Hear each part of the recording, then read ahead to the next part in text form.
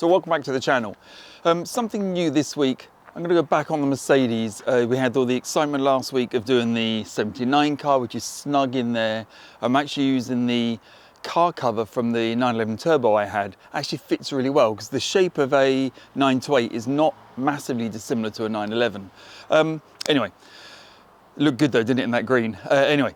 Mercedes time. There's a few odd jobs I want to cover on that car just to get it ready. I'm slowly trying to prep it for the MOT, which is this test we do in the UK to make it road legal.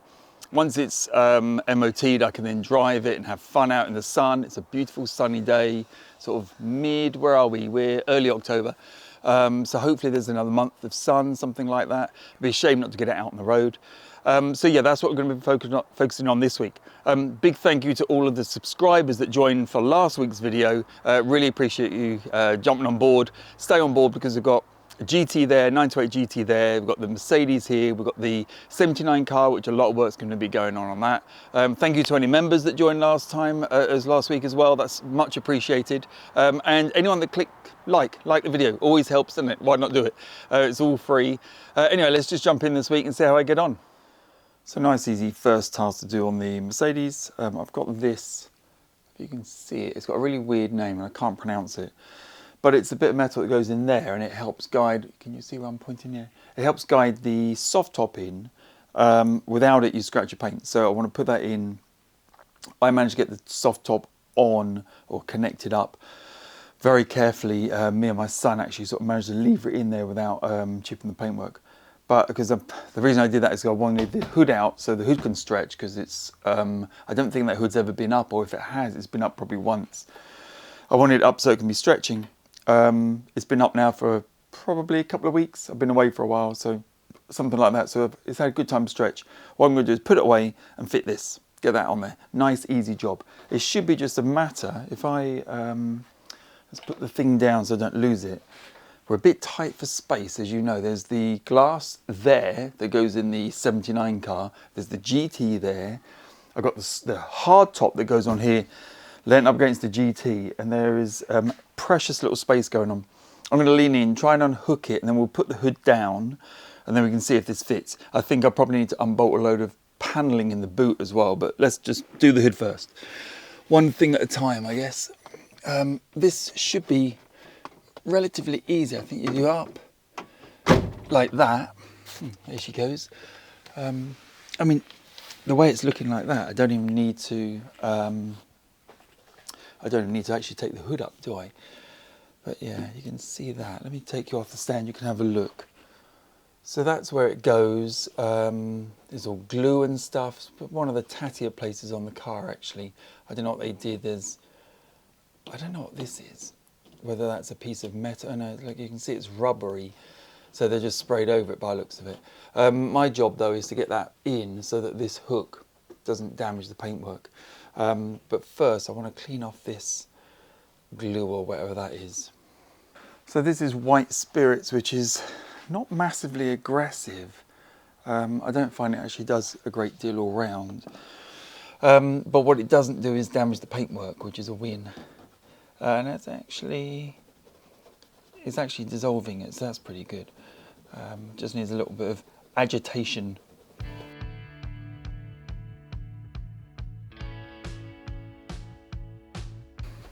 So before I go bowling in, guns blazing, let's just check it is the correct piece. It is the correct piece. Good. And if I'm really lucky, I should, because this pings up, I should be able to just ping it up and lean inside the car again. And I might not be able to because the roof, well, it depends. If the lid, it does come up enough, I should be able to do that. And then, see, it's come undone one side, I just need the other side undone. And I should be able to do it. So this should, I'm just checking it's not gonna grind on the paintwork. Looks good to me. Right, and then I can access it really easy from here. This car's also lacking the sort of seal that goes all the way around here. On the SL I had before, I fitted all that. It's quite easy. I think it uses a lot of glue, if I remember. but it's pretty straightforward. Let's just take this off. Get the little nuts off, the washers. I just want to have a look. Make sure I'm not going crazy, but it should just pop through there like that. Perfect fit, brilliant.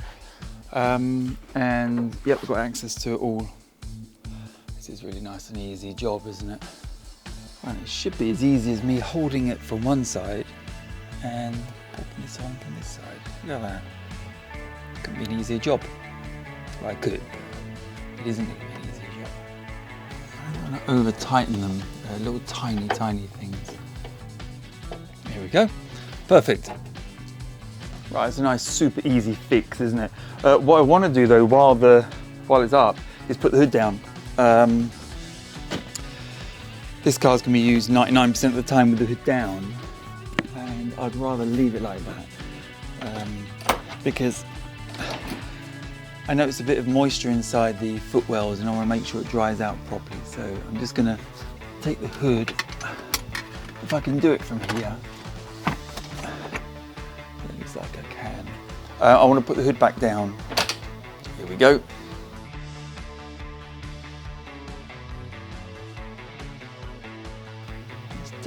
Very close to the paint.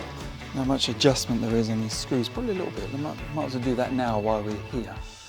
So these are the screws I'm looking at, and I'm guessing, there's two of them, I'm guessing I can undo, and then, yeah, just lift it up a little bit.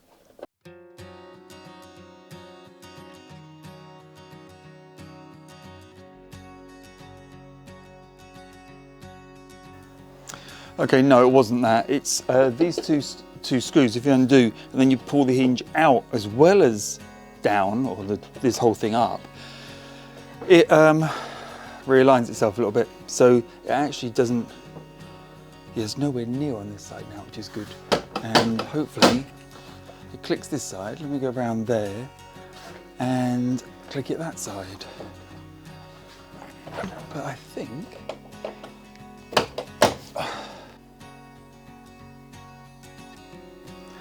Looks so much better with the hood down. You'll be pleased to see I bought a load of these magnetic fender protectors because I never used to. This has been relatively recently resprayed. I think it's about 2 years ago, a year ago, something I'm not 100% sure. The bodywork is really nice, so I don't want to damage it. Good, hood down. All needs a bit of cleaning. I think I showed you washing it for the first time, which made a huge difference. I hate washing classic cars.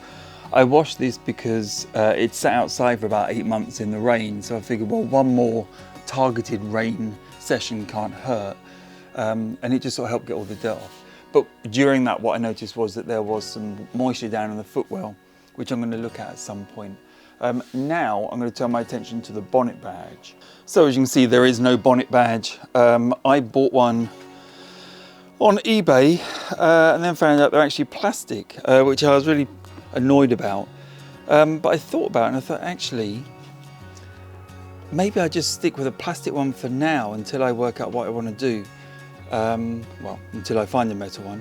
But the plastic one means that it won't damage the paintwork, because these don't seem to have any kind of gasket go on them. So a plastic one I can just sort of pop in. I don't know how easy I can just pop in. Not that easily. I can just sort of pop it in there and it's in. It won't be damaging the paintwork, and maybe that's okay, you know. Now it's actually quite hard for me to show you, but the bonnet badge, you just put a little plastic cap that I'm going to put on the end of a socket set up and stuff it onto the back end of one of those legs. It's a little tricky to film and a little tricky to do.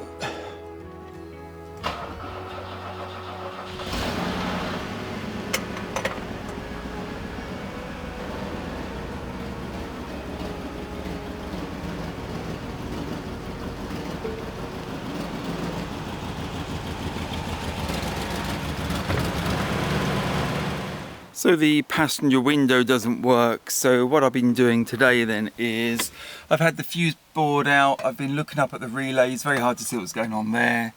So then I took the central console out to look at the switches. All looks pretty good in Switchville. That was a bit of a pain in the butt to take out, but maybe not horrendous. So then I've come to the door card. Door card came off really easily. Nice bit of broken glass in there to remove. And this is what I found. So someone, when they've redone this, these two were on here like that. Oops, if I can do it. And do it one-handed. So the black and the green on one terminal, and the black and the green for the motor on the other terminal. These terminals. That's wrong. It's got to be wrong. I've traced these wires back to the switch, and they are the two terminals on the switch. So really they should be like that with the corresponding colour matching. So I'm going to quickly swap it over now, and then we'll try it. Like that. I need to quickly fit the switch, and then we can try it. Now the switch is this one here. If it all blows up, then we know why. I think that should be it. And I don't know if I've got the right...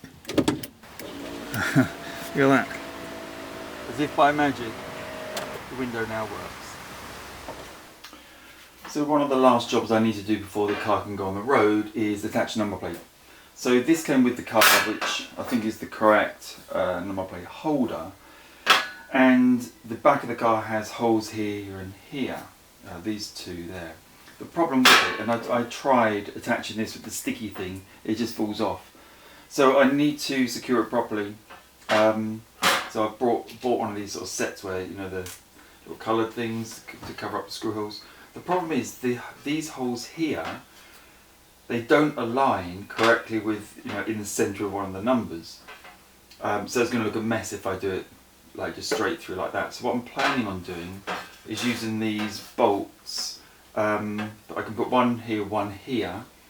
They've got enough movement backs and forwards so I can get it sort of dead centre of one of the letters, like here and here for example. And then I just put one of these little caps on it. And it should be pretty much invisible. So I think what I can do then is position the number plate where I want it, which is going to be, to be honest, I'm not sure what way up it goes, whether it should be chrome at the top or chrome at the bottom. Chrome at the top probably looks a bit better. Let's get it in the correct place, about there. Then I'm going to use this duct tape to anchor the plate in place. Just drag it to the edge so I can roll it under. Okay, I'm happy with where it's sat. So tape it on there like that.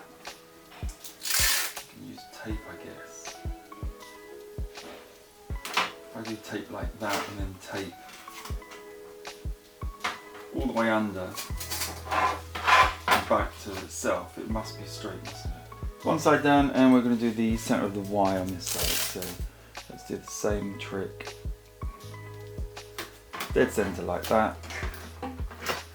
And then my theory is that if I line it up, it must be straight across the back. Which it mustn't, let's be honest. So, pretty straightforward, I would say. That marks the centre point, the vertical centre, that marks the sort of horizontal, if you like, and the vertical will be done by the line on the back. Alright, and because I'm not that brave, I'm going to push a little tiny drill through first. Just make sure it's like that. Sort of dead centre, isn't it?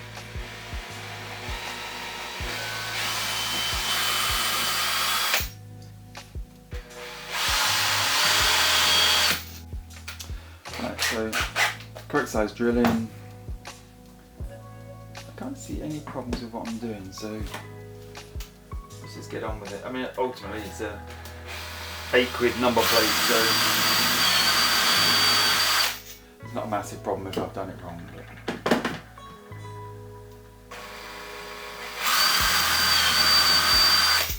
Let's check if it's long enough then. So that's with the bolt pushed through. I've not got a washer on the back of it, which I would rather.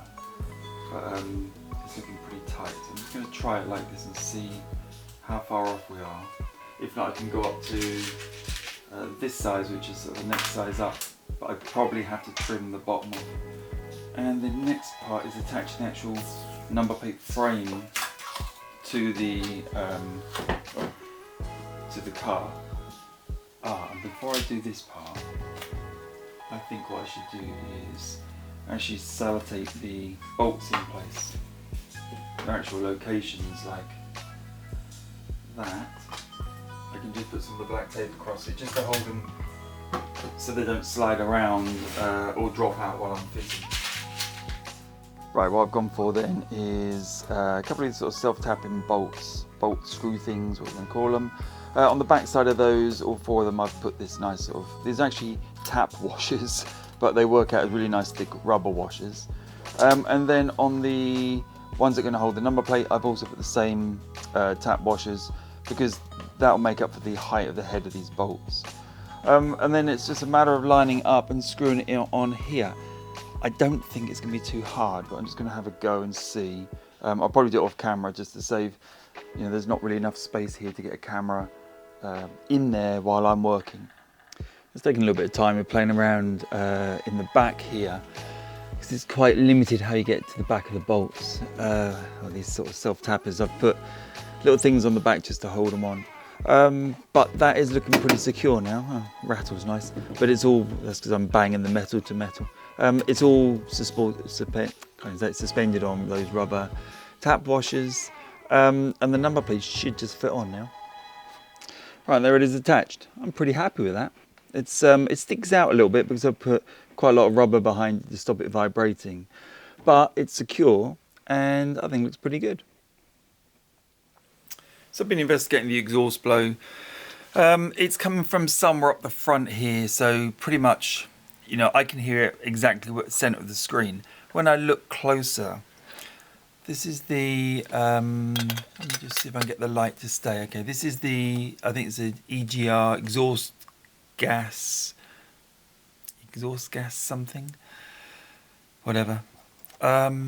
Anyway, I can see that I can just touch it. That is cracked. I'm not sure I can get my hand in there to point. I can do it with a spanner. Here, look. Exactly here, there's a crack. Just where I sort of rub with the spanner. Which means that this is not seated properly and there's air coming out of here. So I'm trying to undo. This bolt comes undone, no problem. It's the one around the back there, which is a bit tricky to get to. So I'm just trying to heat it up, heat cycle it a bit, and then see if I can get that out. Unfortunately, light is a bit of a premium here. I can't get anything in there to see. But I'm going to hold this lamp and sort of dance around with it. So what I'm going to do now is warm it up again. The stupid lamp. It's got a loose light bulb in it. There it is, right in my eye. Such a pain in the butt. Right, let's get a little bit of heat in there and see if we can get it to move this time. Right, let's try that.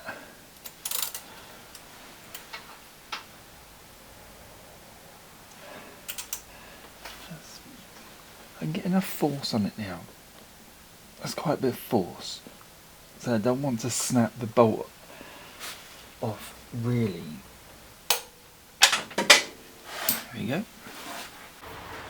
Right, as you know, I like a good challenge, and I think I've spent 2 days on this now, slowly heat cycling it, spraying my penetrating oil. You know, I use that mixture of 50-50 ATF fluid and acetate, and I think I've got the nut off.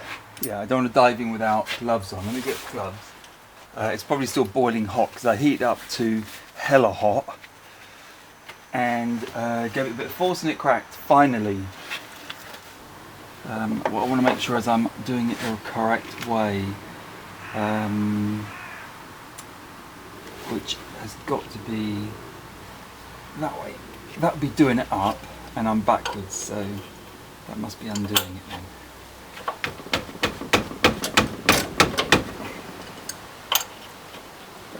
Actually, I don't think it's actually undoing. I think what it's doing is just stressing the studs that this thing sits on. Yeah, I need to think this one through a little bit more than just hitting it hard. I think perhaps a little bit of heat on there would help.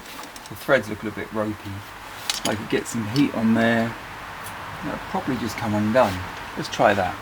There isn't much you can't fix with heat. Let's get a bit in there. In fact, I'm going to take off this HT lead, maybe these two, just because they're a little bit close. Should do the job. And really often I give a squirt of my penetrating oil, and I think the heat, so the evaporation, sucks it all in. So I keep telling myself. Anyway. There it is. I'm done. And the light went off again. I really, really need to buy a new light, let's be honest. But, oh Jesus, come on. But, you can see that's undone. Again, I'm winning because this car has been so oily. And actually, I think it's been fairly well maintained apart from these last few years. It's still a bit too tight. Where it's sort of sat around in a garage, in a barn, since 2008, but I think prior to that I suspect it was loved and looked after. I'm going to start trying to chase down its history, see who was looking after it. It may have been Mercedes Oxford, is what I'm being told, so I'll give them a call and see what they say. Right, I think that is undone. So I copped out a little bit in the end. It's too hard to get that off. I just can't pull the, I think there's like a stainless pipe that goes into the EGR. I can't pull it out, and I don't want to force it and crack something else. So on the advice of quite a lot of people on the forums, I've gone a different route. I've done the dirty. I'll show you. So I've used this stuff called fire gum. I don't know if you can see it there pretty good, isn't it? Like a white paste. So I've put all the bolts back in, clamped up tight, and then put this paste around it that seals it, and it seems to do a pretty good job. So it's a little bit of a cop out, but just trying to get hold of one of those manifolds is impossible. The only option I've got is to take the manifold off and get it brazed or welded somewhere. But I'm worried that if I try and do the studs that hold it onto the block, they're going to shear, and then I've got the bigger problem of trying to get those studs out, and it's probably an engine out job. So I think this is a short-term, medium-term solution, is probably a good idea. I'll fire it up and you can see what it's like.